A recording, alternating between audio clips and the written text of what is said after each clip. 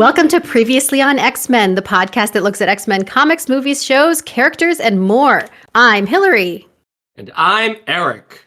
And today we are talking about X-Men the Animated Series, Sanctuary, Parts 1 and 2. Parts 1 and 2. What do you know about these episodes? It's the first two-parter of the season, and this season has a bunch of two-parters, plus it ends with a four-parter. A lot of parters. Yeah, a lot of parters. What do I know about this episode? I know that it aired... It did air. October 21st. That is true. October 21st and October 28th of 1995, but that means they were also out of order? Oh, okay. Yeah, because they aired in October, but Juggernaut Returns, which was the first episode of the season, aired in May 95. So I don't know if these were the first episodes that started the 95 season. Nope, they're not, because Courage comes out in September. So I don't know what Fox was doing. Wow, It's that crazy. Is crazy. This is like a really plot-heavy couple of episodes to throw around in different schedules. Yep. Especially because this is the first time, I mean, we'll get into it, but this is the first time we see Magneto since season 2. Whoa, way back. Yeah, because when he popped up in the part 1, I was like, holy cow, it's been a minute. Yeah. Well, he's been busy, apparently. Mm-hmm. But he wasn't there at all during the Phoenix Saga, as he shouldn't be. Movies. So, yeah, we've gone through a whole bunch of episodes without seeing Magneto, who was pretty much in every episode of season 2, and then was a big player in season 1. So they did the thing that I always think that the movies should have done. Giving him a break. Giving him a huge break, and then when he comes back, it's like, ba-boom! That's the sound I imagine he would make when he returns. Yes, he comes in with a heavy ba-boom. Ba-boom! These episodes were directed by Larry Houston, again. Part 1, this is another one where they're different. Part 1 was written by Steve Melching and David McDermott, and Part 2 was written by Jeff Saylor. Yeah, and they're both heavily based on the first issue of X-Men Volume 2 that came out in 91, those first 3 issues that Chris Claremont and Jim Lee did before Claremont left. Mm-hmm. A lot of the characters, all the Asteroid M stuff, and Magneto's fate at the end of Part 2. But it's funny because that was 4 years before this episode aired, and they only just got around to it now. And I guess that's funny to me because those issues, number 1 of Volume 2, is, I'm pretty sure it's still the best-selling single issue of comics ever. Oh, wow, really? Yeah, I don't think it's been beaten. Yeah, I wondered if this was heavy into the comics because there was a lot of complexity happening. Yeah, well, okay, so Guinness Book World Records says it sold over 8.1 million copies. And that is a lot. It is a lot. Okay. So, back to the numbers, Eric. I don't know the numbers. No, I mean, comics today, if you sell like 500,000, suddenly you're the best-selling comic of the decade. Okay, that's a helpful comparison. Yeah. So, 8 million, I mean, the fact that that's never been beaten, you know? Wow, and they waited this long to do it in the show. 4 years. Yeah, I don't know. I mean, they had stuff they were doing with Mr. Sinister, and they couldn't really do the asteroid stuff at the first season, I guess. Yeah. And then they just had to bide their time. Yeah, Asteroid M does feel like kind of a later years mutant situation. Remember in Pride of the X-Men, that was just the first thing they did. Magneto had his Asteroid M base. Yeah, I guess that kind of has it feel a little less realistic, you know? Mm-hmm. Like it's like we're doing a sci-fi crazy thing in this episode. But now, after all of the seasons, it's like we've built up to it. And the idea of Magneto using Asteroid M as like this sanctuary, as the title is called, is also newer. So there you go. You know, as I was watching this, I feel like I don't really remember reading this, but I think I must have, because all of the plot points, I was like, I remember this, but this is going so fast. That did not feel familiar. To be fair, those 3 issues also go incredibly fast because it was just Claremont, you know, his severance package. And here we go. Go. Yeah. A lot of stuff happens in these 2 episodes and more in the first. But let's do it. Let's get into it. We start in space. The very first thing we see is space. There's no previously on or anything. Yeah, a Russian astronaut starting with that classic delivery of Americans. Classic. Yeah, Americans, we do everything fast and wrong. We can't help it. Can't help it. That's the American way. But they're in space. There's astronauts, right? With like a satellite or something. Yeah. And it gets sucked into the asteroid. He's deprogramming missiles in space, I believe, because he says, like, disabling missiles isn't digging up potatoes or something, and then they get pulled out. And then we see Asteroid M, and then we go to the UN, and they're all bickering about stuff. The USA's UN representative is a Jack Nicholson impersonator. Yeah, that was an interesting, and I wondered if it was like a thing until he said you know See what I mean? Yeah. See what I mean? Yeah. And I was like, oh, okay, so this is very direct. Yep. You gotta be a straight shooter. But anyways, they're all arguing. Genosha has a representative there, and he's talking about how mutants are a resource to be used just like anything else. Yeah, we get a couple, like throughout these episodes, we get a couple appearances of representative of Genosha, which I feel like we hadn't really seen before. We've just seen like what's actually happening on the ground. But now we get to see how like slimy and gross this Genoshan representative is. But Magneto pops in, and again, it's been a long time, so we get Magneto just delivering his speeches about human and mutant relations, and it's just like, it feels good to hear. Yeah, it's good to have him back. He does a very thorough like breakdown of everything that has happened in the show so far. David Hemblum being the voice actor, I feel he just nails it all the time. Oh, yes. You're right, because he shows on the screen a bunch of stuff that has happened in previous episodes, like it was all being recorded. Yeah, right. As we've all seen. Yep, we see some stuff from Slave Island. We see some stuff from the season 2 opener. We see the Sentinels. Well, also, this is all being shown on TV, being watched by everyone, because Apocalypse is watching it. Sinister is watching it. Sinister's like in his throne. Storm's adopted son, whose name I can't remember, is watching it on TV. Fast guy, yeah. Yeah, fast kid, running kid. Yeah, it's funny that Sinister is just sitting there in his chair with the Nasty Boys, and he's just watching it on his like weird insectoid TV thing he has. Now, this wasn't a scheduled speech or something. Like, they just all had to have been watching the televised UN meeting. I don't know where it's. Yeah, I don't know where it's airing. Surprisingly relevant to us. Yeah, Apocalypse like, oh, finally. Gets Sitting interesting. Yeah. Sinister looked like he's been lounging in that chair for a while. Yeah, he's like on The Mandalorian. What's her name? The Bo-Katan, when he arrives on her planet and she's like lounging in her throne. That was a whole thing. I imagine that is a season 3 thing you're talking about. I haven't watched season 3. But yeah, Magneto just does his speech to the UN. Basically he's saying Asteroid M is now home to mutants who don't want to live on Earth with humans anymore. It's going to be mutants only, and humans better watch out because now he's got missiles and he's willing to use them and all this stuff, and then he leaves. And the UN is just rebel, rebel, rebel. This felt like a bit of a pivot for him because he emphasizes the like, this is peaceful. I'm not attacking you, but like I have these missiles, so don't push me. Right. But then these whole 2 episodes, he's kind of pushing the like, I'm just trying to be peaceful. We're just trying to like keep our heads down. And that feels very different from what we've seen from him before. I mean, in terms of what we've seen Magneto do, like he launched those missiles from that base the first time we saw him, and he attacked the chemical place to attract Xavier out, and then he was gonna kill Senator Kelly, and then that's it in terms of his like fight for mutant dominance and everything, because season 2 he was just in the Savage Land with Xavier. So this is the first time in a long time we've seen him fighting for what he believes, but also it's the first time we've seen him do something on this scale in front of this many people. Yeah, that's definitely true. And boy, is it a big scale. Yeah, but it's nice to see Magneto just like, I'm at the UN, I'm in charge, goodbye. He's very much in control of the whole situation. Xavier is watching it too, and he has a good line I like where he says, oh, Magnus, how have we come to this? Has my failure been so complete? Yep. And sorry, man. man. Hey. A lot of middle-aged men going through issues in this episode. Yeah. This Xavier always is very like, my dream is failing. It's like, yeah, well. Yeah, he's a pessimist. Yeah, he's a pessimist with an optimistic dream.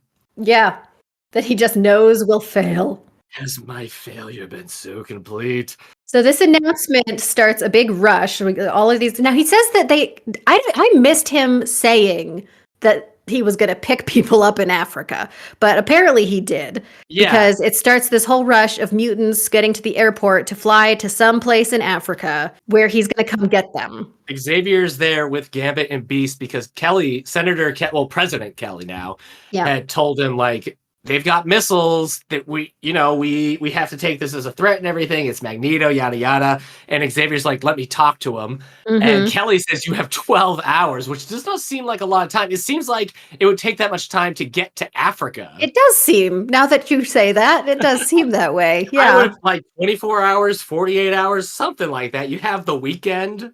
12 hours. Yeah. Get moving. It was just going to be Xavier and Beast, but Gambit's Gambit's gonna like, go. there's somebody up there already that I want to see, and so I want to go Mhm. up there. But Rogue stays behind, and there's a whole lot of like, oh, you coming back, Cage? And he's like, oh, you can't get rid of me. Kissy, Yeah, all lots of this, all cute, this. lots of cuteness. Yeah, a lot of them. They seem like a couple. I mean, he's kissing her hand and everything. Definitely acting like they are a couple at this point, Yeah. because everything we've seen up to now has sort of been Mhm. like a, oh, you kind of stuff. Yeah. But this one is like, don't leave me. Yeah. Magneto seems very happy as he's picking up people. He seems to be in his element again. Oh, yeah. So yes, he calls out Xavier for showing up and everything, but they're like, we just want to see. We want to see what you're doing. So they go and we see Black Panther for a Yeah. brief second in the He's corner like in the corner watching him go. with his little cape. Mm-hmm. Anyway, we go to Genosha next after Africa, and we see as he's leaving Africa, Magneto, as he's leaving mainland Africa, Magneto's struggling to lift all these pods that he has to carry people. Yes. He's weakening.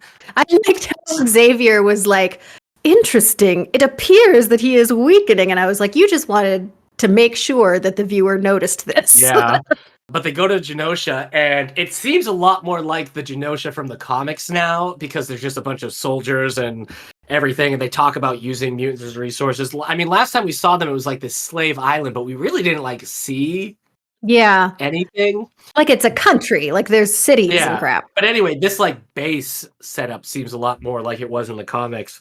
But then, yeah, they say, the mutants aren't leaving anywhere, so they all start Yeah, the Genoshans are ready for them. They it feels like a trap. Like they were all lined up and ready to roll. I thought because they shined these green lights on Magneto and everybody, and I thought that was going to be the power nullifier stuff, but it wasn't. So no, but the Acolytes show up and start helping, and then the Genoshans have Sentinels there as well, and so the Sentinels pop up, which is also the first time in a long time we've seen the Sentinels. That's true. This is a good long fight that happens. Like there's quite a bit of back and forth because escalation. Because Magneto and them come, and everybody comes out of the transports because Magneto just picked up a bunch of random mutants, but they seem like they're ready for a fight right out of the gate. Random mutants? Did you mean that? What do you mean? One of the guys he picks up is Random from the X-Men. What? The character with the bandana whose arm turns into like a cannon, he's kind of pale or tan. His name is Random. Oh. Yes, that was an intentional X-Men related pun that I did. I thought it was. He picked up a bunch of random mutants. Just a bunch of random, get it? Random. Yep.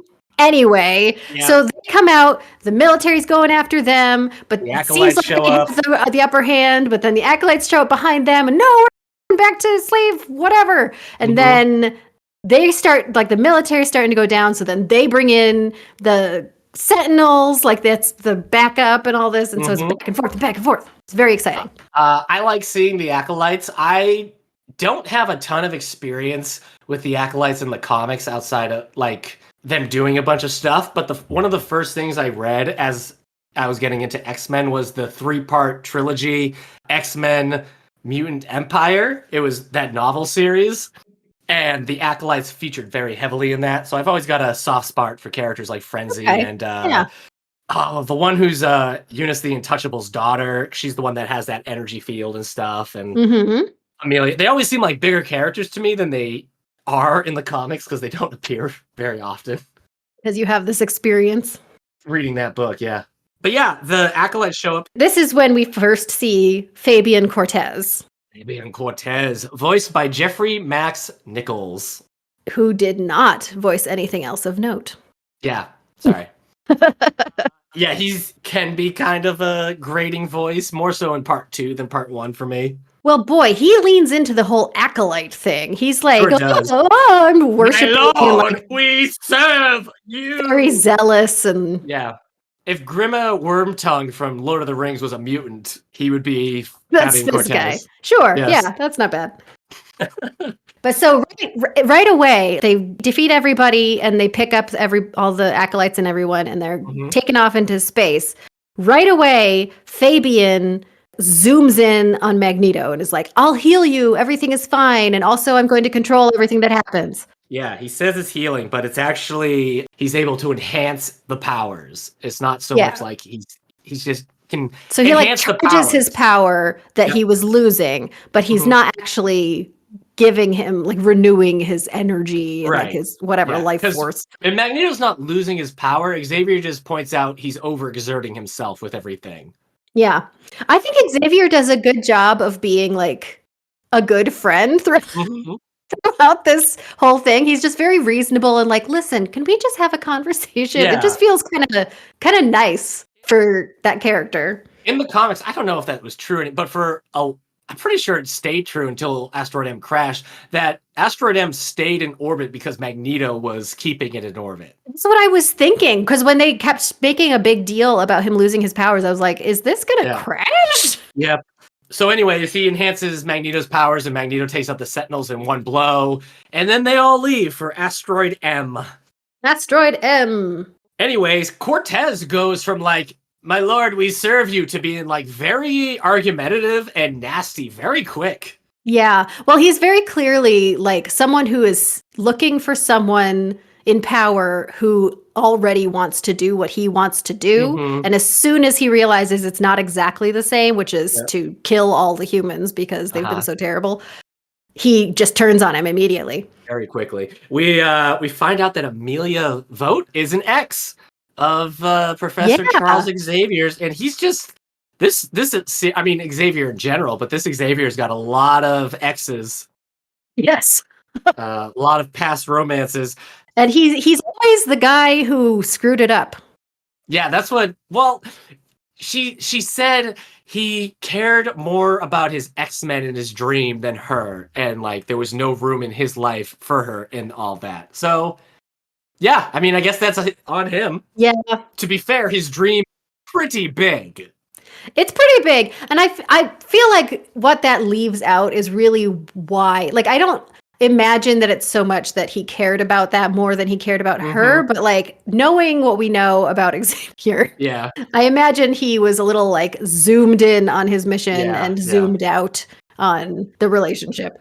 I thought that their backstory was interesting. It felt very Legion-y about she was his nurse or something, and so they met in a hospital and like fell in love, and he was all depressed and because it was they met right after in a battle with Magneto. Xavier had lost the use of his legs, so he was had more use of his legs than I would have expected. It seemed like he was walking. Yeah, it seemed like a gradual loss. I didn't understand that, so maybe he was just. I don't know what was happening there, but it didn't seem like he had just lost the use of his legs. It seemed like he just was like having trouble walking. Too weak or something. I don't know. And I guess he just gave up. Yeah, I can't do it anymore.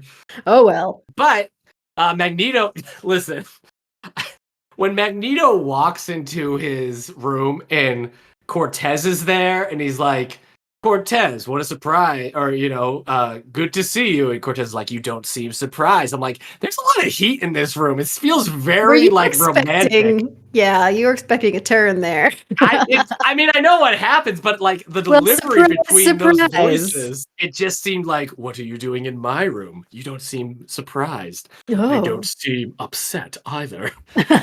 It just was a lot of heat in those conversations. But instead of that, it's actually Cortez doing his little heel turns very quickly. Like, has he been on screen for more than 10 minutes before he turns after swearing his allegiance? That's the name of the game in these 2 episodes. It's just boom, boom, boom, boom, boom.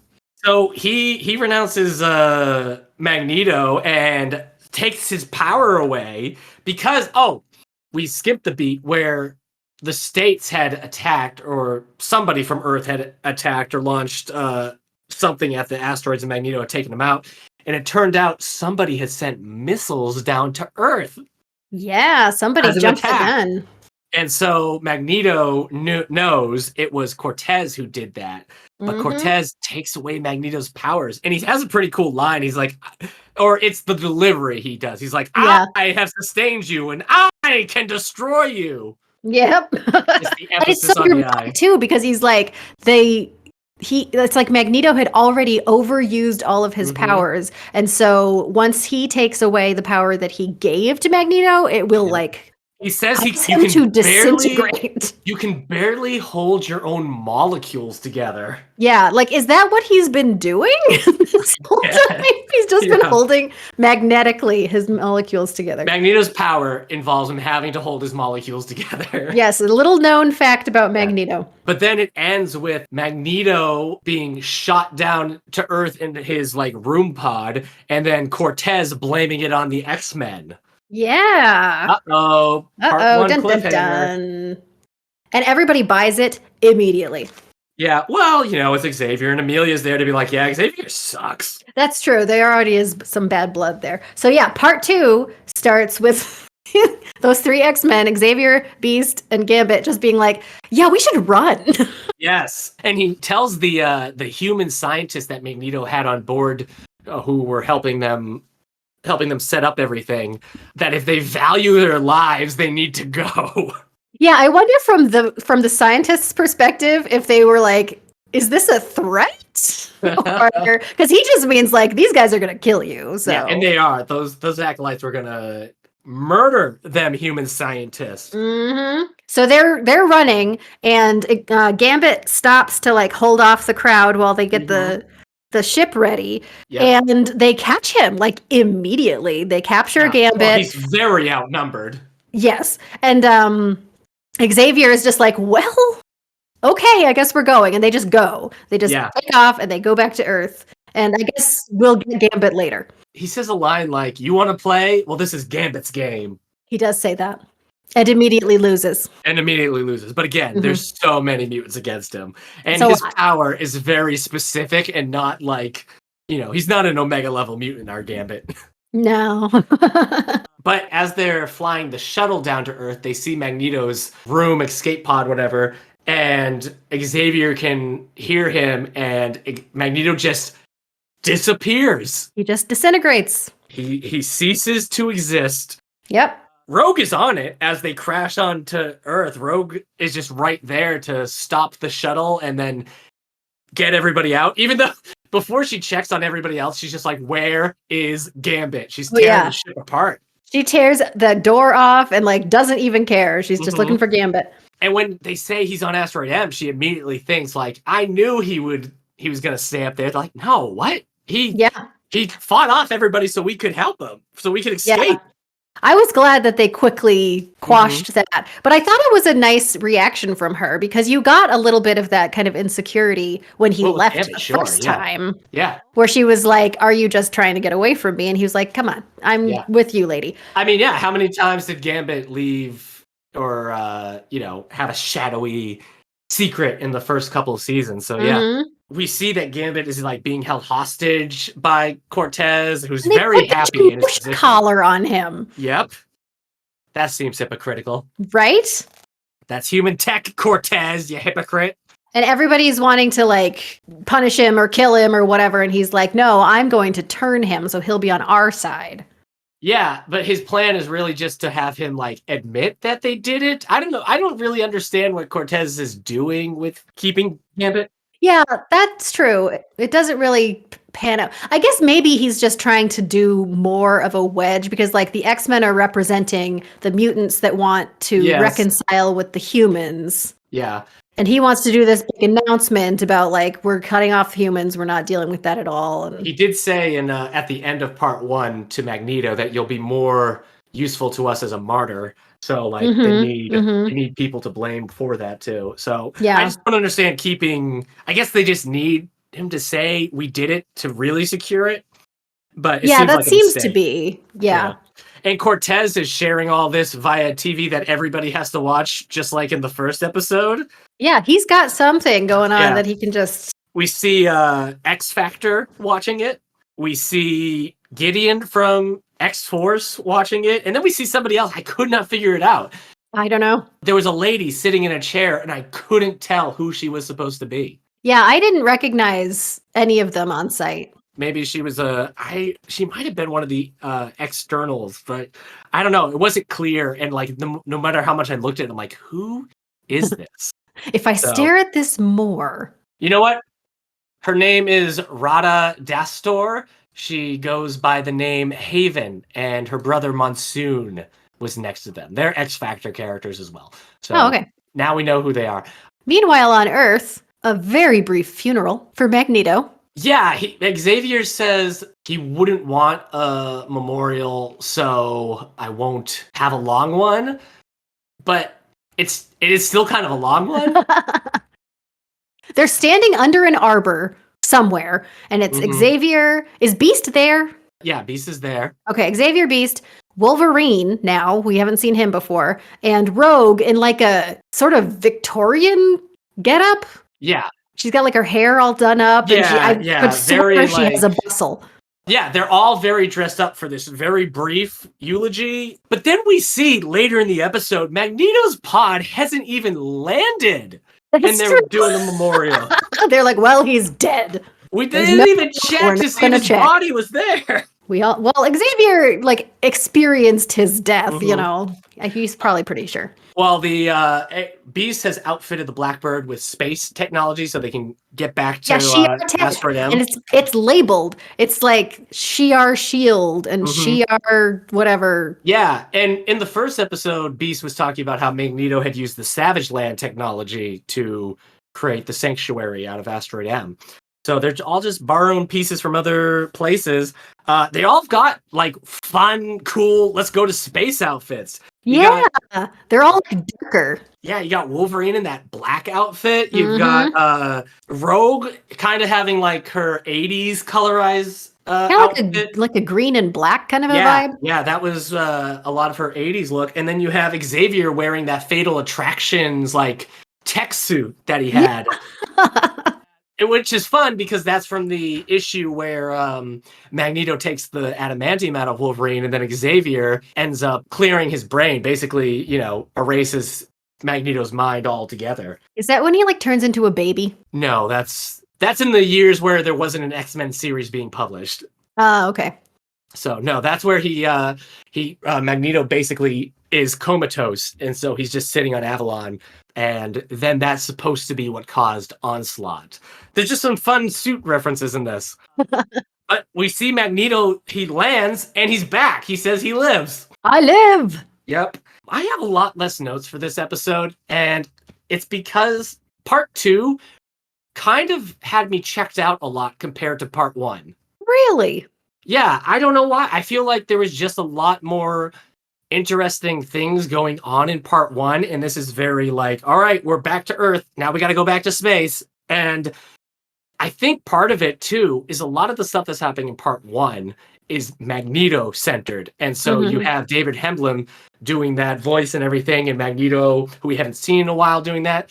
Part 2 is very Fabian heavy. Yeah, that's true. The voice doing it, not so much in part 1, but when you focus on him so much playing this type of role, he becomes very like, this is a cartoon villain. Yeah, kind of that's thing. true. Well, the whole storyline is kind of like a stereotypical villain because once Yeah. he's in power, he's just like, I have bombs. I'm going to Yeah. attack the Earth. And that's just sort of the whole vibe. What I like about this episode is kind of the behind the scenes stuff because Yeah. like Amelia catches him like Mhm. torturing Gambit and then she's sort of suspicious. So you sort of see her bouncing around investigating to see what is actually happening. You see a little bit of like the supporters, the acolytes sort of Yeah. being like, what is happening? Because this is not what I signed up for. And Fabian's acting like a lunatic and stuff. So you see sort of like little seeds going around of everybody being like not super cool with what Fabian's doing. And then he becomes more and more unhinged as he Yeah. loses control and stuff. I thought that stuff was pretty interesting. The issue, I think, is that in the comics as well, Fabian just isn't very interesting and deep character. Yeah. And so, well, he's nuts. He just seems like he's right. just nuts. And so to have him take up so much of an episode, it's the same issue, I think, when we have Omega Red, who I always want to be like, come on, be cool, but there's just not enough there at the time. And Fabian had he had a brief moment. He shined bright, but he shined fast, him and a lot of other 90s characters, early 90s characters, they were there for a hot minute. And flash in the pan, as they say. So I just think that's it. I think to go for Magneto, who's delivering these speeches and dealing with the UN and having such a strong voice actor, to go to Fabian, who's like, I'll show you my plan. It's a downgrade for me. But anyway, also, he has that line where he says, so saith me. What? That Fabian at one point says, we'll do this and we'll kill you and we'll blow up the earth. So saith me. And it's just such a bad line. That's grammatically incorrect, Fabian Cortez. Drives me crazy. It's so hard to take that seriously. But yeah, while Amelia is sneaking in, the X-Men are also sneaking in. Beast is on duty he's trying to disarm all the bombs. There's like 200 missiles on the asteroid. I know. I love that he's even trying. That's so crazy. Yeah, he says 1 down, 250 to go, and he's just floating and turning them off. Later on, when they finally catch on to him, he's only done 12% of all of this. Yeah. So funny. He's accomplished very little. For a while, I thought we weren't going to hear Wolverine speak at all, that he was just there, because he doesn't speak for a long time. Yeah, that's true. Because at one point, Fabian finally says, something is up, and the door explodes, and Wolverine's just like, yep. And I'm like, okay, is that, did they get him in the booth to do that? Or is that just, maybe it's just from a different episode? But then he starts talking. At one point, they're captured, and Fabian is talking to them, and Wolverine, who really hasn't said much, just says, I don't like your face. I know, I love that. Yep. So the X-Men are getting captured, but then Magneto shows up. Yeah, we thought he was dead, but here he is. And he's a little less... It makes me wonder, because I feel like this is a thing that happens sometimes where someone dies and comes back to life and they're just sort of unhinged. Mm-hmm. And that's how it feels, because he comes back and he's just aiming straight at Fabian, and he's just I don't care. He's tearing apart the asteroid. He doesn't even seem to notice, and he just goes through and is going after Fabian because he wants revenge. The magnetic field of Earth has healed Magneto. Like a mother to her son. Yep. It's Mother's Day. We're recording on Mother's Day. How appropriate. It's Mother's Day. Happy my gosh. Mother's Day, Magneto and Earth. Mother Earth, happy Mother's Day. So I guess we're also supposed to assume not only has he exerted himself, but up in space, he's just too far away from the magnetic field. That's what I'm thinking, that they didn't really mention that at the time, but as he was rising into space, I was like, oh, is it because he's getting away from the Earth? We missed a little bit because Cortez is broadcasting to be I'm going to destroy the world, and Amelia has found the footage that reveals that he had killed Magneto. Why he would even keep that tape physically is insane. I know, it wasn't in the library where she was looking, but he had it in his own little office. Yeah. And so then everybody turns against him. Yeah, once they realize it. Amelia being voiced by Susan Roman from the movie Heavy Metal and some Sailor Moon. She was Sailor Jupiter. Oh, I like Sailor Jupiter. Is Sailor Jupiter your favorite? I don't... Yeah, Jupiter and Neptune are the cool ones. They're the heavy hitters. Okay, the heavy hitters. Yeah, there's a huge destruction going on, like you said, but the X-Men get out, all the other mutants are escaping. Cortez runs off to launch all the missiles. Yeah. Xavier tries to shoot them all down and can't. Right, so Magneto stops everything with his magnetic powers, but he's also going to go down with the ship, or in this case, asteroid. Yeah, I don't really get exactly what's happening there. He says his dream is dead, that this is the end of his dream, which doesn't seem right, because it always seemed like his dream was just to save mutants, so just because the asteroid situation didn't work doesn't mean the dream's over. And also, just get rid of Cortez, and then you could still do the asteroid thing. Yeah, I couldn't tell if he was bringing down the asteroid or if it was just going down and he was going with it. It was all that. So, but he tells Xavier he will survive. I will survive. So The we're supposed song. to be okay. Yes. Yeah, I know the song. Yeah, might be familiar with that song. Rogue is roughing up Gambit's hair. There's a lot of cute Rogue Gambit stuff. I was happy with it. Yeah, when she sees Gambit trying to escape with Amelia, she's like, "Leave you alone for 5 minutes and you're already running around with another woman." He's like, "Share, you missed me." Oh yeah. They're in love. Yes, they are in love. The asteroid crashes into the ocean and somehow doesn't cause a mass extinction of all life on Like a Earth. huge asteroid just like down in the ocean. Yeah, yeah. I have to imagine it's at least the size of the one that killed the dinosaurs, but it just kind of creates some big waves and then everybody's okay. Yep, everyone is fine. It doesn't No even break major apart in consequences. orbit. It just crashes all Well, together. like maybe that's what Magneto was doing. You're like Maybe he was slowing it maybe he down. stayed because he had to like hold it Mhm. together and slow it down so that it Yeah. didn't kill everyone, and they just didn't want to mention that. Amelia says she has tried following two different men's dreams. It's time for her to find her own. But she seems to have forgiven Xavier. Yes. I guess maybe because the X-Men helped, and that's good. Sure, I guess. I don't know. Kinda helping. Maybe it's just because she's now seen that like Yeah. following, like she was putting too much importance on the men in her life, and so Yeah. she's moving on. That's kind of the plot of the movie X-Men Days of Future Past. Is it? Mystique, right? Like she's following Magneto, she's following Xavier back, and and then like you decide, Mystique. Okay, sure. Does she choose her? Yeah, just like 90210, Mystique says, "I choose me." I choose me. And then Magneto and the President and Xavier are like, "Okay, but are you going to create the Days of Future? What's going on?" She's like, "Me. I choose me." I'm choosing me. And then she transformed into Jenny Garth. Uh-huh. And then she walked off. I mean, if I could transform into Jenny Garth, maybe I would. Fabian Cortez awakes. He's like strapped down, and Which is a surprise because we thought that he had died in the asteroid crash. Mhm.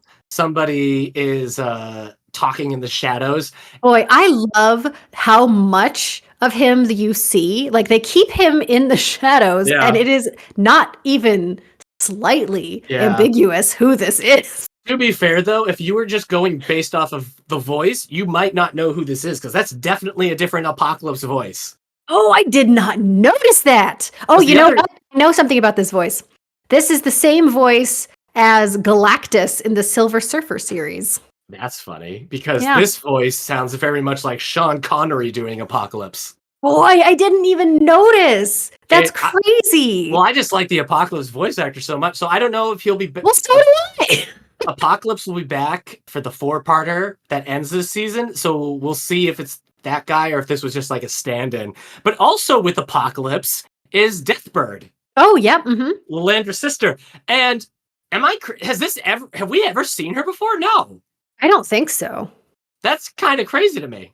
Yeah, so they must have some plan going on with the two of them. I can't remember Deathbird showing up it's been a while since I watched the Beyond Good and Evil 4-parter, so I can't remember how much she's in it, but like I was trying to rack my brain, like, did Deathbird appear in any of the Shi'ar stuff? No. No, I don't think so. Because it was all Lilandra and her brother and Yep. Yeah, so there she is, Lilandra's sister, Deathbird. Deathbird. And that's how the episode ends, with a little tease that Apocalypse has Little tease plans for the next. Fabian Cortez. Yeah. So what'd you think? Did you like this episode? I do like Tease? this episode. I do feel that the first one is stronger just because of all the stuff that's happening, because it's more Magneto, because we are seeing Genosha and the Sentinels and the stuff in the UN. But yeah, I like the whole 2-parter. It's funny to me that Juggernaut and the Omega Red episodes are the opener for season 4, because this seems much more like a call to action kind of like this is a hit the ground running kind of a situation. Yeah, especially because it has been a while since we've dealt with the human mutant relation aspect of the X-Men. Yeah, that's true. Because season 3 was a lot of the Phoenix stuff, and then they had a few episodes, but none of them were really like, no more mutants and like my dream. So this, with those 2 openers, it's a Juggernaut and an Omega Red thing. To just come back into this really does feel like this is what the season's going to be about. Mm-hmm. Yeah, especially with the teasers. Yeah, and also to have Magneto back, and like I didn't really realize how long it's been since we've seen him until he showed up. It was like, whoa. Oh, I remember you. Yeah, so I like him. I think it's a strong episode, and probably because it's dealing with, the stronger X-Men themes and characters. Yeah, yeah. And I mean, if it's got the comic to follow along on, it's got some good work. Sure. Did you like him? I did. And I saw them more cohesive as like two, but if I had to pick, I feel like I would actually like the second one more. Sure. Yeah.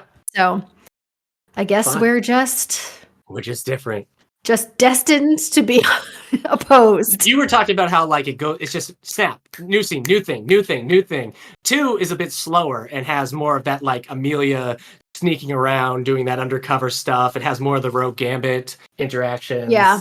I get it. More my jam. Yeah, Sanctuary is a strong one. Yeah, it was great. So, and the Asteroid M setting is fun too. Yeah, it is. It's too bad it just goes down at the end of the second Yeah, episode. that's true. It's like it does sort of feel like it could just be up there still, just like waiting for, what happens to it. But now it's just done. It's over. Yep. Next time we're going to be talking about Xavier Remembers and Courage. And I know nothing about these episodes. Xavier Remembers is a Shadow King episode. Ooh, Shadow King. I like him now. Courage is Morph. Morph is back in that one. Oh, nice. Okay. After his convalescence on Muir Island. I remember liking Xavier Remembers, not liking Courage, so we'll see what happens this time. Okay. Well, you can get back to us on your opinion on that. Yeah. All right. Well, we'll see you next time for that one. Thank you to Prophetic Music for our theme song, previously on X-Men, is brought to you by the Radio Meanwhile Network. Other shows on the network include 90s Music Got Me Like, This Endorian Life, and 9021 Here We Go, where she chooses herself. Do-do-do-do. Follow us on Facebook or Twitter at Previously on X. Please rate, subscribe, or share this show wherever you get your podcasts. See you next time. Bye. Bye. Ba-boom.